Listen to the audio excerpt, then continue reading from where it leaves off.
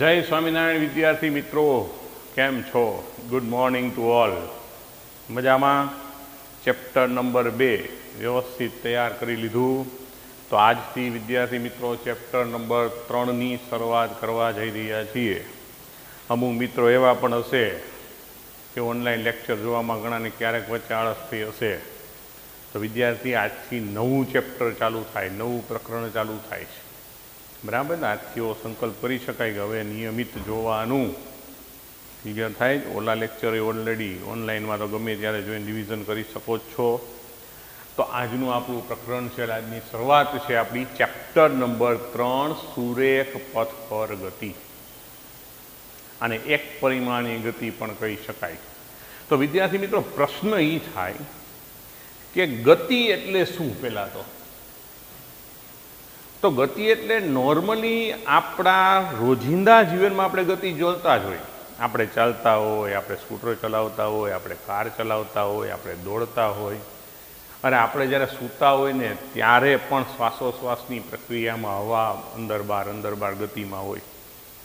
આપણું બ્લડ પણ બરાબર ધમની અને શિરામાં વહન કરતું હોય. આપણે જે પૃથ્વી પર અત્યારે કંપનીઓ મને કહું હું સ્થિર ઊભો છું, પણ વિચાર કરજો, આપણે જાણીએ છીએ કે પૃથ્વી પોતાની ધરીની આસપાસ અને સૂર્યની આસપાસ ફરે છે. એનો મતલબ તમે સ્થિર ઊભા છો, પણ તમે ઓલરેડી કેમાં છો? પૃથ્વી પર. પૃથ્વી તો ગતિ કરે છે. તો વાસ્તવિક રીતે તમે ગતિમાં કહેવાય. આ પૃથ્વી બે પ્રકારની ગતિ કરે છે, આપણે જાણીએ, એની અક્ષની આજુબાજુ અને સૂર્યની આસપાસ. અક્ષની આજુબાજુ 24 કલાકમાં ભ્રમણ કરે, સૂર્યની આસપાસ 365 દિવસ, જેને આપણે 1 વર્ષ કહીએ છીએ. હવે આ સૂર્યમંડળની અંદર તો આવા બીજા ઘણા ગ્રહો, બરાબર, 9 ગ્રહો પણ આસપાસ ગતિ કરે છે. તો આ સૂર્યમંડળ પણ સ્થિર નથી વિદ્યાર્થી મિત્રો. આપણેની સાપેક્ષ, ટૂંકમાં સૂર્ય આપણી જે આકાશ સૂર્યમંડળ છે એની સાપેક્ષમાં સ્થિર છે. પણ આપણી ગેલેક્સીમાં આકાશગંગાની અંદર તો એ સૂર્યમંડળ ફરતું હશે. અને આવી ઘણી બધી ગેલેક્સી તો આખા બ્રહ્માંડમાં ઘણી બધી ફરતી હશે. ટૂંકમાં જોવો ને તો આમ જોવો તો એક વાક્યમાં એવું કહી શકાય કે બધી જ વસ્તુ ગતિમાં છે. પણ ગતિમાં છે કે નહીં એ સાપેક્ષ વસ્તુ છે વિદ્યાર્થી મિત્રો. દાખલા હું અત્યારે સ્થિર ઊભો, બરાબર, તમને આ ક્લાસરૂમ સ્થિર જ લાગે. તમે ક્લાસરૂમમાં હોય, તમારા ઘરમાં જ્યાં બેઠા છો એ રૂમ ત્યાં તમને સ્થિર જ લાગશે. તમે આજે જોશો, કાલ જોશો, વર્ષો પછી જોશો. કારણ કે એનું કારણ છે કે તમે ઓલરેડી પૃથ્વી ઉપર છો, અને પૃથ્વી ઉપર છો એટલે પૃથ્વીની સાપેક્ષ તમે જ્યારે મકાન કે જે કંઈ છે એ સ્થિર દેખાવાના, સ્થિર હશે જ. એ તો પૃથ્વીની બહાર જઈને તમે અવલોકન કરો તો પૃથ્વી ભ્રમણ કરતી દેખાય, તો એમાં મકાની ભ્રમણ કરતા દેખાય. સમજાય શું કહું છું? મતલબ કે ગતિ છે ને એ સાપેક્ષ છે, કે કોઈ વસ્તુ સ્થિર છે કે ગતિમાં છે. માની લો કે આપણે કોઈ કાર આમ રોડ ઉપર જાય છે, તો હું બહાર છું, બહારથી હું અવલોકન કરું તો મને કાર ગતિમાં લાગે. એનો મતલબ કારમાં કદાચ કોઈ વ્યક્તિ બેઠેલી પણ મને ગતિમાં જ લાગે. પણ કારની અંદર બેઠેલો વ્યક્તિ જો કાર અચળ ઝડપથી વ્યવસ્થિત ગતિ કરતી હશે અને એ એના ખાલી તળિયા સામું ધ્યાન રાખશે તો એને એ કારનું તળિયું સ્થિર લાગશે. તેના માટે એ કાર સ્થિર ગણાય. સમજાય શું કહું? મતલબ કારની અંદર બેઠેલા વ્યક્તિ માટે એ કાર સ્થિર, બહાર ઊભેલા વ્યક્તિ માટે એ કાર ગતિમાં. ક્લિયર થાય છે? તો એનો મતલબ શું કે ગતિ સાપેક્ષ છે. કોની સાપેક્ષ તમે અવલોકન કરો? તો તમે જે જગ્યાએથી જે અવલોકન કરો છો ને વિદ્યાર્થી મિત્રો, એને વૈજ્ઞાનિક ભાષામાં કહેવાય નિર્દેશ પ્રેમ. બરાબર? તો ગતિ શું છે, ગતિના પ્રકારો, નિર્દેશ પ્રેમ શું છે, અને પછી એને લગતી રાશિઓ, સ્થાનાંતર છે, સ્થાન છે, ઝડપ છે, વેગ છે, પ્રવેગ છે, એની ચર્ચા કરશું. પણ આ પ્રકરણમાં આપણી લિમિટેશન એ રહેશે કે આપણે સુરેખ પથ પર ગતિ, મતલબ એક જ રેખામાં ગતિનો અભ્યાસ કરવાનો છે. તો વિદ્યાર્થી મિત્રો, પહેલાં સૌ પ્રથમ આપણે શેને વ્યાખ્યાયિત કરીએ? ગતિ એટલે શું? જે આપણું પ્રકરણનો મુદ્દો છે એને પહેલાં વ્યાખ્યાયિત કરીએ કે ભાઈ ગતિ એટલે શું. બરાબર? તો પદાર્થના સ્થાનમાં સમય સાથે થતા ફેરફારને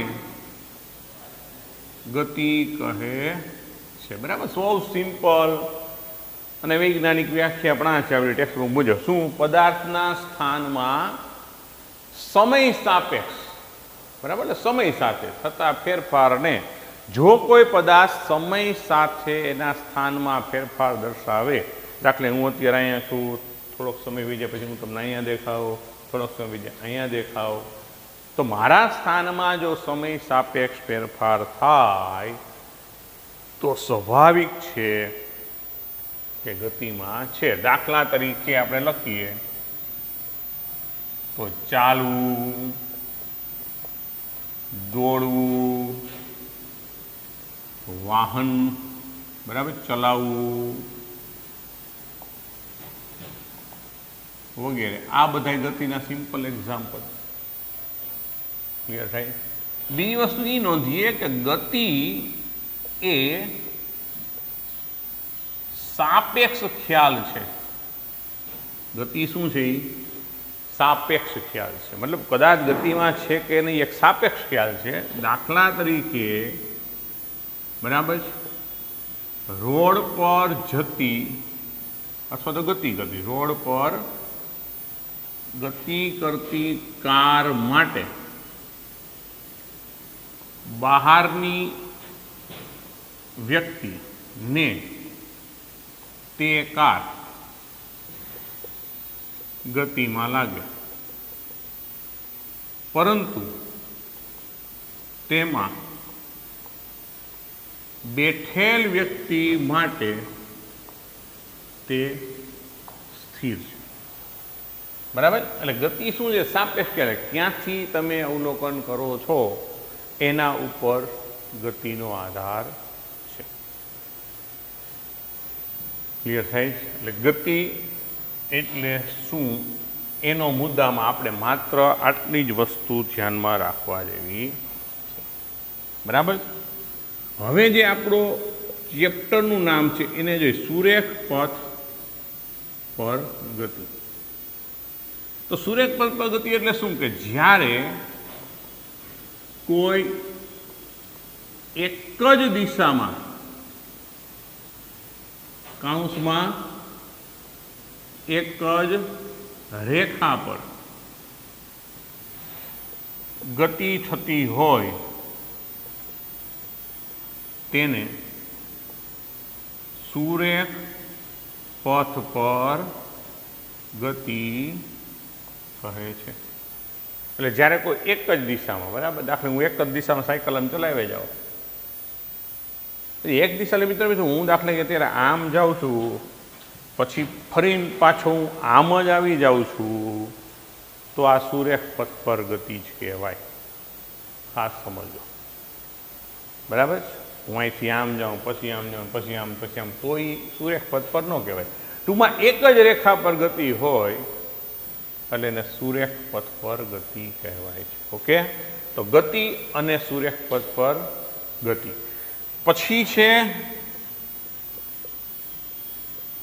ગતિનું વર્ણન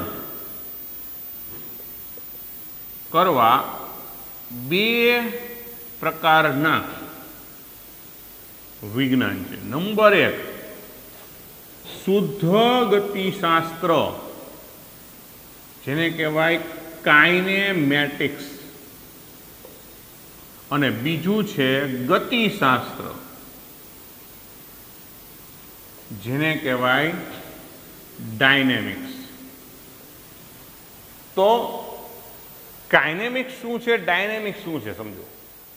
કે જ્યારે તમે ગતિનું વર્ણન તેના કારણોની ચિંતા કર્યા સિવાય કરો વિદ્યાર્થી મિત્રો, તો એને કહેવાય શુદ્ધ ગતિશાસ્ત્ર અથવા તો કાઇનેમેટિક્સ.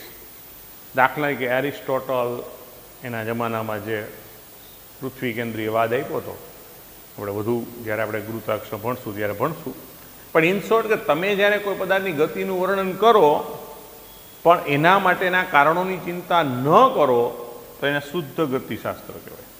અને કારણો સહિત ચર્ચા કરો તેને શું કહેવાય? ગતિશાસ્ત્ર.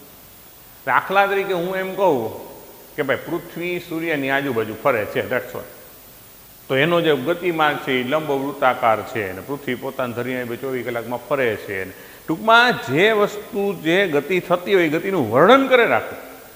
એનું કારણ એટલે શું? તો સમજો કે ખરેખર પૃથ્વી શું કામ ફરે છે ભાઈ? કે સૂર્ય દ્વારા પૃથ્વી પર ગુરુત્વાકર્ષણ બળ લાગે છે, એને કારણે ફરે છે. પણ એ બળની ચર્ચા અથવા તેના કારણનું મને જ્ઞાન ન હોય, પણ હું માત્ર વર્ણન જ કરું જે મને દેખાતું હોય, તો એને શું કહેવાય? શુદ્ધ ગતિશાસ્ત્ર. હું એના કારણોની સાથે ચર્ચા કરું તો એને શું કહેવાય? ગતિશાસ્ત્ર. એટલે આપણે શું લખશું? કે જે વર્ણનમાં ગતિના કારણોની ચિંતા કરવામાં આવતી નથી તેને શું કહેવાય? શુદ્ધ ગતિશાસ્ત્ર. અને જેમાં કારણો સહિત ગતિનું વર્ણન કરવામાં આવે તેને શું કહેવાય? ગતિશાસ્ત્ર કહે છે. અત્યારે આ પ્રકરણમાં આપણે શુદ્ધ ગતિશાસ્ત્રનો જ વિચાર કરવાનો છે, એના કારણોની હજી ચિંતા કરવાની નથી. ઓકે, પહેલાં આટલું જોઈ લ્યો, સ્ક્રીનશોટ લઈ લેજો વિદ્યાર્થી મિત્રો, લેજો, કારણ કે આપણી ટેક્સ્ટ બુકમાં આટલું શુદ્ધ સરળ ભાષામાં લખેલું નથી. ખાસ એક સૂચના આપી દો કે આ ચેપ્ટરનું જે વર્ણન અગત્યનું છે એ હું બોર્ડ ઉપર સરળ ભાષામાં લખું છું. અમુક કોમ્પ્લિકેટેડ ભાષાઓ આપણી ટેક્સ્ટ બુકમાં છે કે જેનો કોઈ આમ ઉપયોગ નથી.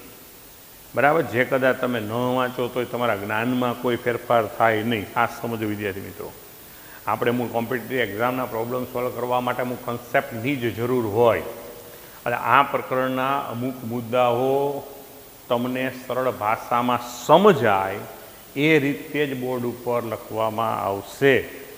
ક્લિયર થાય છે?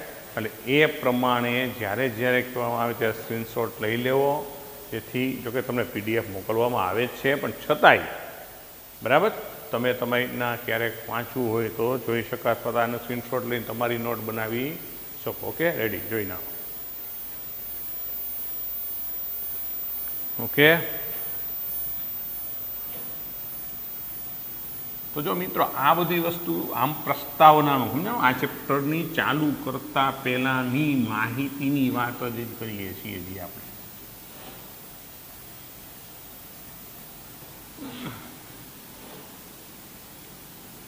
હવેનો જે મુદ્દો હું ચર્ચા કરવા જઈ રહ્યો છું વિદ્યાર્થી મિત્રો, એ છે નિર્દેશ ફ્રેમ.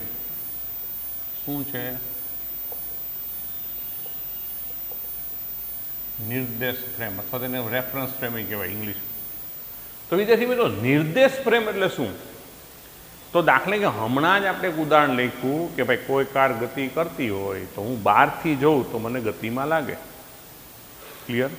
કોઈ વ્યક્તિ કારની અંદર જ બેઠેલો છે, એને એ કાર સ્થિર પણ લાગી શકે.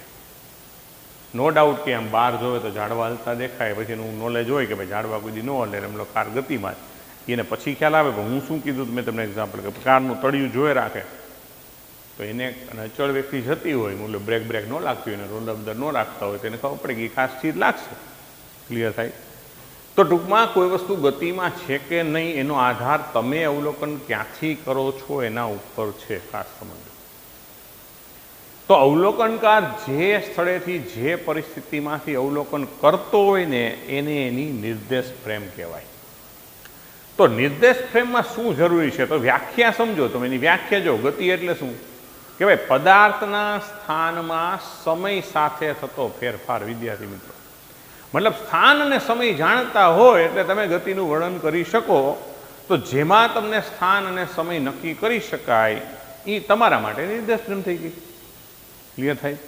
મતલબ શું કે ભાઈ ગતિનું વર્ણન કરવા માટે પહેલાં સ્થાન વ્યાખ્યાયિત કરવું પડે, અને સ્થાન છે એ કોઈ સંદર્ભ બિંદુની સાપેક્ષ હોય. માની લો હું અત્યારે ઊભો છું તો મારું સ્થાન નક્કી કરવું હોય તો કોઈ કેવી રીતના નક્કી કરાય? ભાઈ બોર્ડથી 1.5 ફૂટ દૂર, ઓલા ખૂણાથી તો કે 2 મીટર, ઓલા ખૂણાથી તો કે 5 મીટર.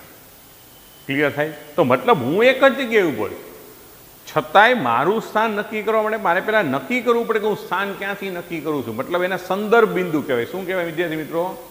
સંદર્ભ બિંદુ. કે તમે એ સ્થાન કોના સંદર્ભમાં નક્કી કર્યું. અત્યારે હું જુનાગઢમાં છું, બરાબર, રાજકોટની વાત કરીએ તો આપણે શું કહી શકીએ કે જુનાગઢથી રાજકોટનું અંતર 100 કિલોમીટર. બરાબર, જો જુનાગઢને સંદર્ભ બનાવું તો રાજકોટ 100 કિલોમીટર છે, પણ વેરાવળને બનાવું તો 200 થાય, અમદાવાદથી ગણું તો 250 થાય. રાજકોટ રાજકોટ જ છે, એનું સ્થળ નક્કી છે, પણ એ સ્થાન કોની સાપેક્ષમાં નક્કી કર્યું છે. મતલબ કે ગતિ માટે પહેલાં તો સ્થાન નક્કી કરવું જોઈએ, કારણ કે સ્થાનમાં સમય સાથે ફેરફાર થશે, અને સ્થાન નક્કી કરવા માટે આપણે એક બિંદુ નક્કી કરવું પડે કે ભાઈ એ સંદર્ભ બિંદુને અનુલક્ષીને આપણે સ્થાન નક્કી કર્યું છે. તો વિદ્યાર્થી મિત્રો, ગતિનું વર્ણન કરવા માટે સ્થાન જરૂરી છે, સ્થાનને વ્યાખ્યાયિત કરવા માટે સંદર્ભ બિંદુ જરૂરી છે. ક્લિયર થાય? અને સ્થાન ત્રિપરિમાણમાં હોય એટલે 3 યામ મિનિમમ જોઈ. તો સામાન્ય રીતે પદાર્થનું સ્થાન નક્કી કરવા માટે પરસ્પર લંબ એવી 3 અક્ષ, જેને આપણે એક્સ, વાય અને ઝેડ કહીએ છીએ. રેડી?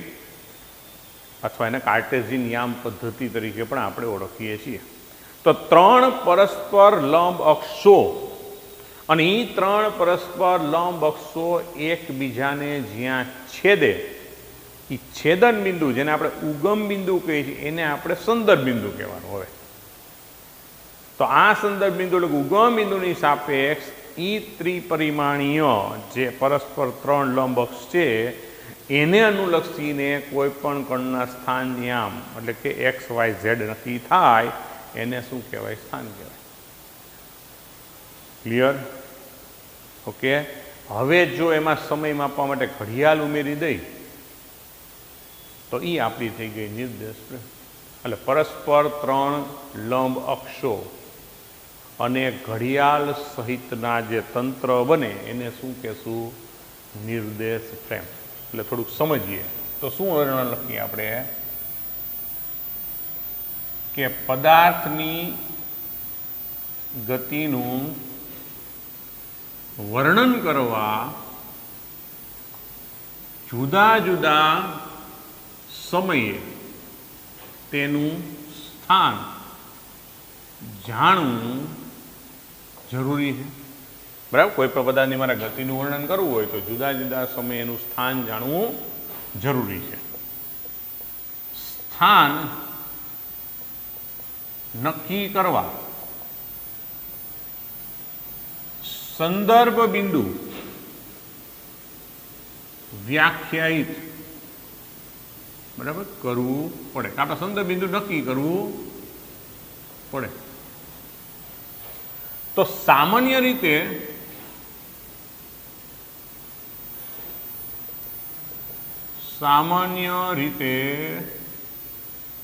પદાર્થનું સ્થાન નક્કી કરવા પરસ્પર લંબ એવી 3 અક્ષો એક્સ, વાય અને ઝેડ અક્ષ લેવામાં આવે છે, અને તેના છેદન બિંદુ ઓ અને સંદર્ભ બિંદુ અથવા તો ઘણીવાર કહેવાય ઉગમ બિંદુ તરીકે લેવાય છે. ઓને ખરેખર પ્રેક્ટિકલી ઉગમ બિંદુ જ કહેવાય અને એને આપણે સંદર્ભ બિંદુ તરીકે લઈએ. હવે વિદ્યાર્થી મિત્રો, એવું જરૂરી નથી, તમે યાદ આવે કે એવું હંમેશા જરૂરી નથી કે તમે ઉગમ બિંદુને જ સંદર્ભ બિંદુ લઈએ, પણ મોટા ભાગના કેસમાં આપણે એવું કરીએ છીએ. બરાબર? કે જેના દ્વારા કણનું એટલે પદાર્થનું સ્થાન એક્સ, વાય, ઝેડ યામ સ્વરૂપમાં નક્કી થાય છે. બરાબર છે. પછીનો મુદ્દો શું લખ્યું છે અહીં? સમય માપન માટે તેમાં ઘડિયાળ ઉમેરવામાં આવે. બરાબર, અથવા તો આવે છે. તો આમ હવે આ 3 લંબ અક્ષો અને ઘડિયાળ સહિતનું જે તંત્ર થાય એને કહેવાય નિર્દેશ ફ્રેમ. તો આમ 3 પરસ્પર લંબ અક્ષો. બરાબર. જો મિત્રો આના માટેનું બીજું નામ એ તમને ખબર છે, કાર્ટેઝિયન યામ પદ્ધતિ પણ કહેવાય. 3 પરસ્પર લંબ અક્ષોને શું કહેવાય? કાર્ટેઝિયન યામ પદ્ધતિ. તો આમ પરસ્પર 3 લંબ અક્ષો અને ઘડિયાળ સહિતના તંત્રને નિર્દેશ ફ્રેમ કહે છે. રેડી? તો નિર્દેશ ફ્રેમ એટલે શું થયું? આમ કે ભાઈ એક્સ, વાય અને ઝેડ, આમ 3 અક્ષ. હજુ મિત્રો આ 3 અક્ષમાં એક વસ્તુ ખાસ સમજો, આવું ગમી જુઓ. આને હું જો એક્સ કહું તો આને વાય અને ઝેડ, એવો નિયમ નથી કે આને જ એક્સ અને વાય અને ઝેડ. તમે આને એક્સ કહો, પણ એક વસ્તુ ખાસ મગજમાં યાદ રાખજો, ફિઝિક્સના દાખલાઓ, ફિઝિક્સની ગણતરી, ફિઝિક્સની જ્યારે કોઈ પણ ફિગર ડ્રો કરો ત્યારે, કે એક્સ વાય ઝેડ હંમેશા આવું જ એમ એન્ટી ક્લોકવાઇઝ, સમજાય છે? વિષમ ઘડી દિશામાં આવે. આને એક્સ, આને વાય ને આને ઝેડ એમ ન કહી શકાય. જો દેવો વિષમ ઘડી સમજે ને, એક્સ વાય ઝેડ. જો હું આને એક્સ કહું તો આ એક્સ, આ વાય અને ઝેડ. ટૂંકમાં એક્સ વાય ઝેડનો ક્રમ છે એ હંમેશા વિષમ ઘડી દિશામાં રહે એમ જ નક્કી થાય છે. ક્લિયર થાય? આ બહુ અગત્યની વસ્તુ છે આપણા નોલેજ માટે. ખાસ આ ઓ એટલે શું થઈ ગયું? ઉગમ બિંદુ. વધારામાં એમાં શું મેળ દેવાનું? ઘડિયાળ. રેડી? 1 2 3 4 5 ને 6 7 8 ને 9 અને 12. આ શું થઈ ગયું? ઘડિયાળ. તો આને કહેવાય નિર્દેશ ફ્રેમ. આ ખાલી 3 અક્ષો ધ્યાનમાં લ્યો તો એને કહેવાય કાર્ટેઝિયન યામ પદ્ધતિ. ક્લિયર? હવે એક નાનો મુદ્દો છે કણની સંકલ્પના. કણની સંકલ્પના એટલે શું? પેલી પ્રેક્ટિકલી કણ એટલે શું ભાઈ? કે ઘણીવાર એવું હોય કે આપણે જે પદાર્થની ગતિનું વર્ણન કરતા હોય પણ એ પદાર્થનું પોતાનું પરિમાણ કરતા એ પદાર્થે જે કાંઈ ગતિ કર્યું એનું અંતર મોટું હોય તો એવા સમયે આપણે પદાર્થને કણ લઈ લેવાનો કે જેથી એના જુદા જુદા વિભાગોની આપણે ચિંતા કરવી પડે નહીં. એટલે કણની સંકલ્પના આપણે કાલ્પનિક રીતે સંકલ્પના મતલબ શું થાય કે આપણે એવી કલ્પના કરવાનું કે પદાર્થના પરિમાણને આપણે ધ્યાનમાં લેવું પડે નહીં. પણ એવું ક્યારે લઈ શકો? ક્લિયર થાય? કે જ્યારે પદાર્થનું પરિમાણ એટલે કે સાઇઝ એણે કરેલી ગતિ એટલે એને કાપેલા અંતર ની સાપેક્ષમાં ખૂબ નાનું હોય તો આપણે એ પદાર્થને કણ તરીકે લઈ શકીએ છીએ. ક્લિયર થાય? એટલે કણની સંકલ્પનામાં શું છે? એક જ મુદ્દો આપણે નોંધીએ કે જ્યારે પદાર્થનું પરિમાણ તેણે કાપેલા અંતરની સાપેક્ષ ખૂબ નાનું હોય તો પદાર્થને કણ તરીકે લઈ શકાય. બરાબર? પદાર્થે પરિમાણ છે, એનું અંતર બહુ કાપ્યું. માની લો ટ્રેન છે, કેવડી વિશાળ કહેવાય વિદ્યાર્થી મિત્રો? ખૂબ વિશાળ કહેવાય. ટ્રેનમાં કોચ હોય, એક ડબ્બો હોય.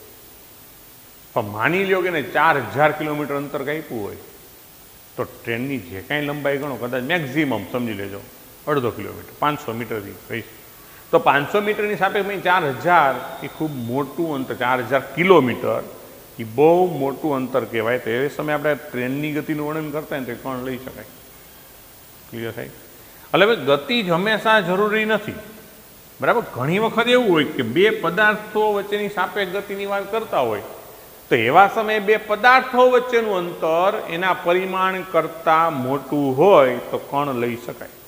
કે દાખલા એમ કહું સૂર્ય અને પૃથ્વી વચ્ચેનું અંતર માપવું જોઈએ તો પ્રેક્ટિકલી સમજો, ફિઝિક્સ તો એમ કે કોઈ પણ બે પદાર્થ વચ્ચેનું અંતર મતલબ એકના કેન્દ્રથી બીજાના કેન્દ્રનું અંતર, એકના કેન્દ્રથી બીજાના કેન્દ્ર વચ્ચેના અંતરને જ એમની વચ્ચેનું અંતર કહેવાય.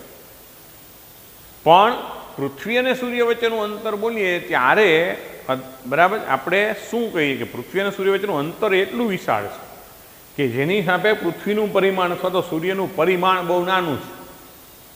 ખાસ સમજો, સૂર્ય અને પૃથ્વી વચ્ચેનું અંતર એટલે આપણે ખબર જ ભણી ગયા એક એસ્ટ્રોનોમિકલ યુનિટ, બરાબર 1.496 × 10⁻11 મીટર.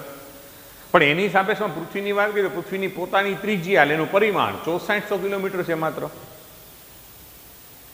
તોલું તો 10⁻11 મીટર અને આ 6400 કિલોમીટર મતલબ 10⁻6.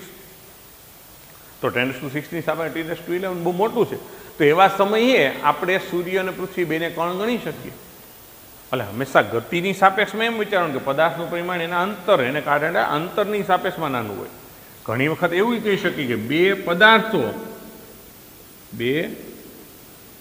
પદાર્થો વચ્ચેનું અંતર તેના પરિમાણ ની સાપેક્ષમાં મોટું હોય તો પદાર્થને કણ તરીકે લઈ શકાય. ક્લિયર? એટલે ઘણી જગ્યાએ એવી સમજો આપણે કણે કાપેલું અંતર, કણ એટલે શું? એટલે કણ એટલે ગમે એ પદાર્થ હોઈ શકે છે. ક્લિયર થાય? પણ તમે એને કણ ત્યારે જ કહી શકો કે જ્યારે એનું પરિમાણ એને કાપેલા અંતરની સાપેક્ષમાં ખૂબ નાનું હોય અથવા તો તમે જે પદાર્થો વચ્ચેની ગતિની વાત કરતા હોય એની વચ્ચેનું અંતર એ પદાર્થના પરિમાણ કરતાં ખૂબ મોટું હોય. તો એવા સમયે આપણે કણ એવો શબ્દ વાપરી શકીએ કે જેથી આપણે એના પરિમાણની ચિંતા કરવી પડે નહીં. જો ઘણી કણની સંકલનનો મતલબ શું કે તમારે પદાર્થની ગતિ દરમિયાન એના પરિમાણની ચિંતા ન કરવી પડે એટલે આપણે કણ તરીકે લઈએ છીએ. ઓકે, જોઈ નાખો.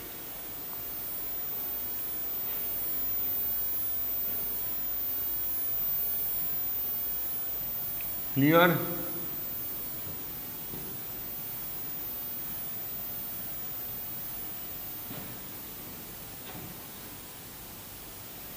હવે વિદ્યાર્થી મિત્રો આપણે ગતિના પ્રકાર, આમ પ્રકારો નહીં, આપણે જે સ્થાન નક્કી કર્યા પ્રકારો તો આ સમજો વર્તુળાકાર ગતિ, સુરેખ ગતિ, પ્રક્ષેપ ગતિ એવી ઘણી બધી આવશે, આગળ વાતો કરશું. અત્યારે માત્ર એક પરિમાણ, દ્વિપરિમાણ ને ત્રિપરિમાણ ગતિ કોને કહેવાય, બરાબર, એના મુદ્દાની ચર્ચા કરીએ છીએ કે ભાઈ પદાર્થના સ્થાન કૌંસમાં યામ જેને કીધું આપણે એક્સ, વાય ને ઝેડમાં કોઈ એક અથવા વધારે માં સમય સાથે ફેરફાર થાય તો પદાર્થ ગતિમાં છે તેમ કહેવાય. બરાબર? જોઈ દે આ સ્ટાર એટલે કોઈ ટોપિક નથી, આમ એક મુદ્દો, સ્ટાર કેટલા મુદ્દાઓ, બરાબર, આને સમજવાની જરૂર છે. આ તમારે કોઈ એક્ઝામમાં ક્યારેય લખવાનું આવશે નહીં. આપણા સમજમાં એ બધું મુદ્દા ક્લિયર હોવા જોઈએ કે ભાઈ પદાર્થના સ્થાન એટલે કે આમ એક્સ વાય ઝેડમાં કોઈ એક અથવા તો વધારે માં સમય સાથે ફેરફાર થાય તો પદાર્થ ગતિમાં છે એમ કહેવાય. માની લો હું કોઈ પદાર્થનું સ્થાન નક્કી કરું કોઈ સમય એક્સ વાય ઝેડ યામ મળ્યો, થોડા સમય પછી પાછું જોઉં ને યામ એને જ રહેતા હોય તો પદાર્થ સ્થિર છે. બરાબર? એટલે જો એક પણ યામ ન બદલાતો હોય તો પદાર્થ સ્થિર છે. બરાબર? સમય તો કોઈ સ્થિર હોય જ નહીં વિદ્યાર્થી મિત્રો, બરાબર? આપણે સમય તો બદલાવાનો જ હોય, કોઈ સ્થિર શક્ય જ નથી. પણ સમય બદલાય એની સાપેક્ષમાં સ્થાન ન બદલાય, એક પણ યામ ન બદલાય તો પદાર્થ સ્થિર છે. જો માત્ર એક જ યામ બદલાતો હોય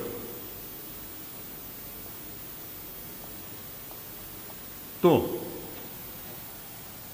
પદાર્થ, આપણું ચેપ્ટરનું જે નામ છે એ મુજબ સુરેખ પથ પર ગતિ કરે છે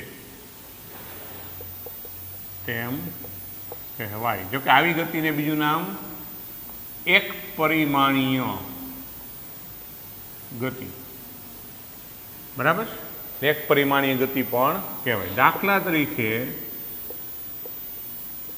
એક જ દિશામાં ગતિ કરતી કાર. ઓકે, એક જ દિશામાં ગતિ કરતી કાર. જો માત્ર બે યામ બદલાતા હોય તો પદાર્થની ગતિ દ્વિપરિમાણીય ગતિ. શું કહેવાય? દ્વિપરિમાણીય ગતિ કહે છે. હવે આનું ઉદાહરણ શું હોય વિદ્યાર્થી મિત્રો? તો તમે રમતા જ હોય કેરમ. કેરમમાં કુકરીની ગતિ, કેરમમાં કુકરીની ગતિ એ આ દ્વિપરિમાણનું ઉદાહરણ છે. એ દ્વિપરિમાણમાં ગતિ કરતું હોય એ થાય. અથવા તો કોઈ સાયકલિંગ રેસમાં વર્તુળાકાર ગતિ કરતી, બરાબર, ચકડોળ લખો ને, ચકડોળ, તો એ દ્વિપરિમાણમાં જ કહેવાય કે આમાં ઉપરની એ બધી ન ભાગે. અને ત્રીજી, જો ત્રણેય યામ બદલાતા હોય તો તેવી ગતિને ત્રિપરિમાણ ગતિ, ત્રિપરિમાણીય ગતિ કહે છે. ટૂંકમાં ત્રણ યામ હોય, સમય તો બદલાતો જ હોય, એક યામ બદલાય તો એક પરિમાણીય, બે બદલાય તો દ્વિપરિમાણીય, ત્રણ બદલાય તો ત્રિપરિમાણીય. તેનું ઉદાહરણ દાખલા તરીકે બગીચામાં પતંગિયા ની ગતિ, પતંગિયું ગમે માટે ધણ જતું હોય તો એને ત્રિપરિમાણીય ગતિ હોય. પણ આપણું પ્રકરણ છે સુરેખ પથ પર ગતિ, બરાબર. એટલે આપણે અહીંયા સુરેખ પથ પર ગતિનો જ વિચાર કરવાનો છે, બરાબર. આપણે કંઈ બીજી બે પ્રકારની ગતિને ત્યાં ધ્યાનમાં લેવાની નથી. જોઈ લ્યો. Okay, nice.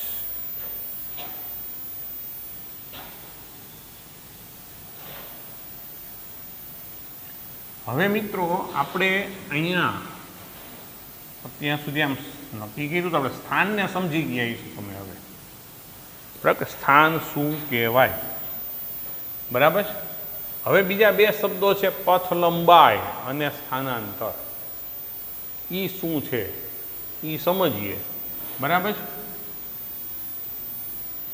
તો જો સ્થાનને ફરીવાર એક વ્યાખ્યા તરીકે લખી નાખી તો સ્થાન તો શું કહેવાય કે પદાર્થનું સંદર્ભ બિંદુથી સંદર્ભ બિંદુની સાપેક્ષ યામ, પદાર્થના સંદર્ભ બિંદુ સાપેક્ષ યામ XYZ ને તેનું સ્થાન કહે છે. હવે અહીંયા એક પરિમાણમાં ગતિ છે, ક્લિયર થાય? એટલે સમજો. હવે પથ લંબાઈ સમજાવું. હવે આપણે એક જ પરિમાણમાં ગતિની વાત, આપણે એક જ રેખાને વાત કરશું, બરાબર. પથ લંબાઈ કોને કહેવાય? તો પદાર્થની ગતિ માર્ગની કુલ લંબાઈ, બરાબર, અથવા તો અંતરને પથ લંબાઈ કહે છે. દાખલા તરીકે વિદ્યાર્થી મિત્રો આપણે અહીં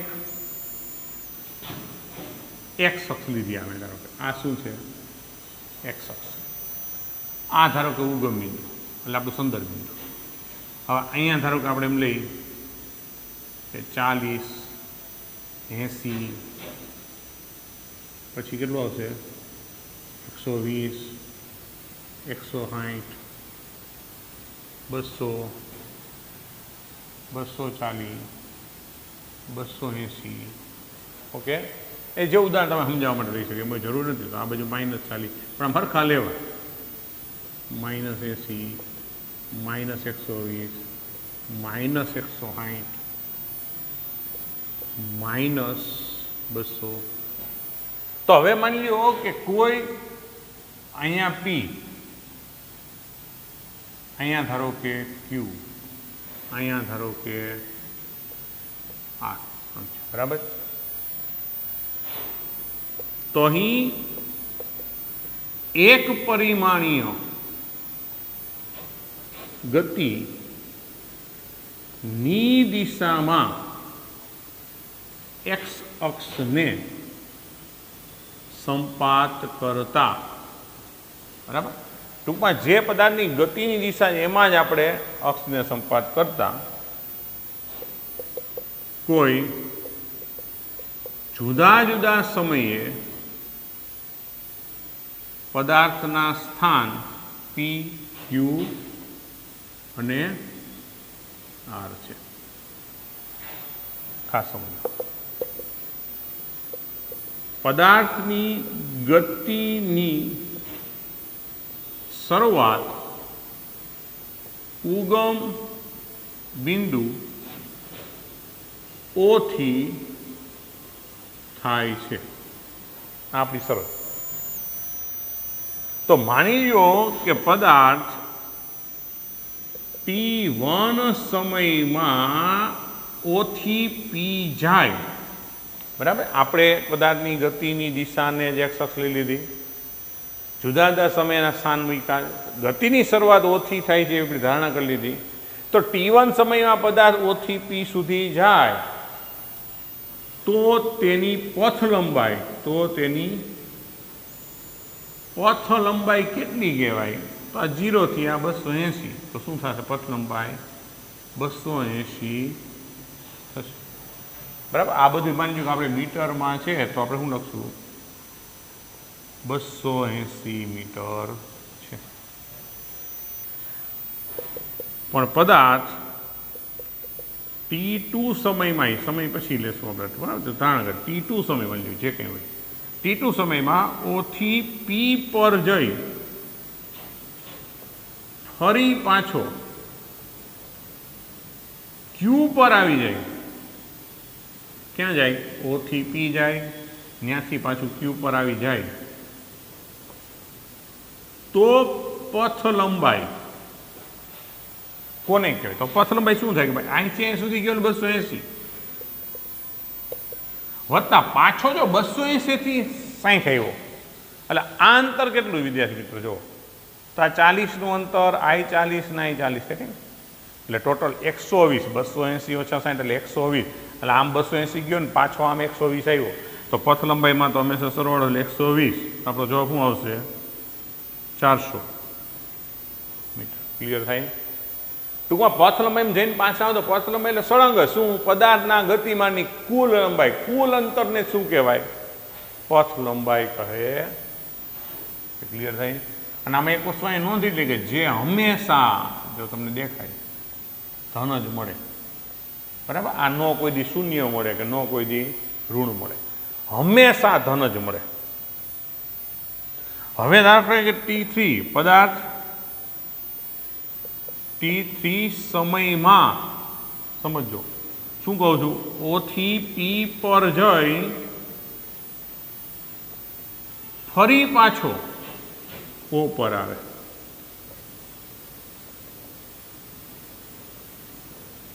તો પથ લંબાઈ શું કહું છું? O થી P ઉપર જઈને વળી પાછો O ઉપર આવી જાય તો 280 ગયો, 280 પાછો આવ્યો તો 280 વત્તા 280 એટલે 560 મીટર. સમજાય છે? પછી કે પદાર્થ T4